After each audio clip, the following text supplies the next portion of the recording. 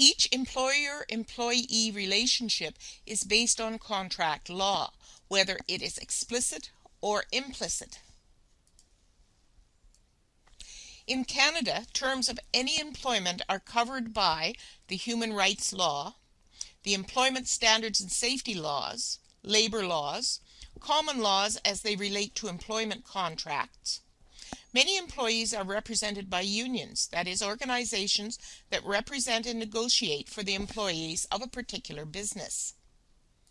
The most common human rights concern in labor law is protecting against discrimination.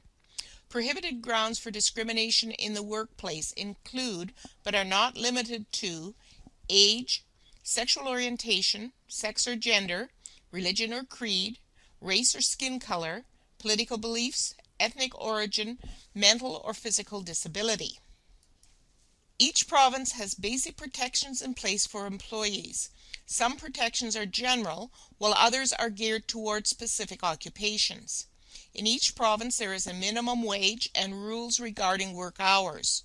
All full-time employees must also be allowed to take statutory holidays off, such as Victoria Day or Canada Day. Every employee in Canada is usually entitled to some vacation each year. The minimum for full-time employees is usually 2 weeks in a year, as well as vacation pay. There are rules regarding quitting and being fired from a job. If an employee wants to quit or resign, it is standard to provide the employer with 1 or 2 weeks' notice, depending on how long the employee has worked there. If an employer wants to fire an employee who has passed an initial probationary period, the employer must provide advance notice unless the employee is being fired for a just cause, for example, stealing from the employer.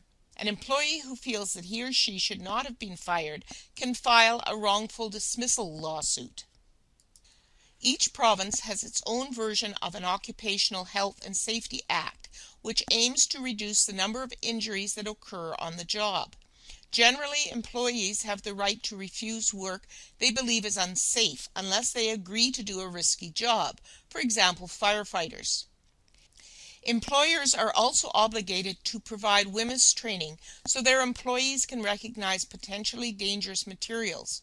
WHMIS stands for Workplace Hazardous Materials Information System.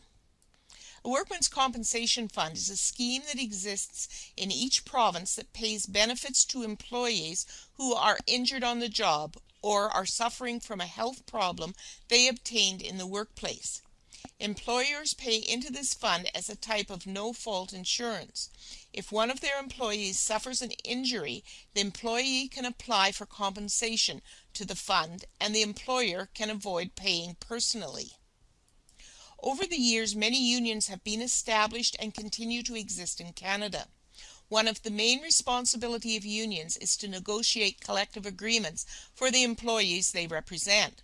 A collective agreement is a contract that results from collective bargaining between the union and an employer.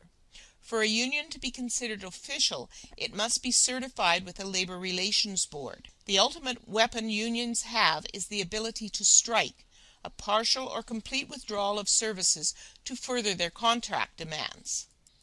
Employers are increasingly moving away from hiring traditional employees and towards hiring independent contractors or self-employed workers. An independent contractor provides services to clients but is not an employee of the company. The fact that these people are not employees has implication on tax law, tort law, and labor law. Businesses do not pay independent contractors Canada Pension Plan, employment insurance, or benefits. Businesses are not liable for injuries a contractor suffers on the job. Independent contractors work for themselves, own their own tools, and act as their own bosses. The number of self-employed people in Canada has risen greatly as the economy changes and businesses try to keep costs to a minimum.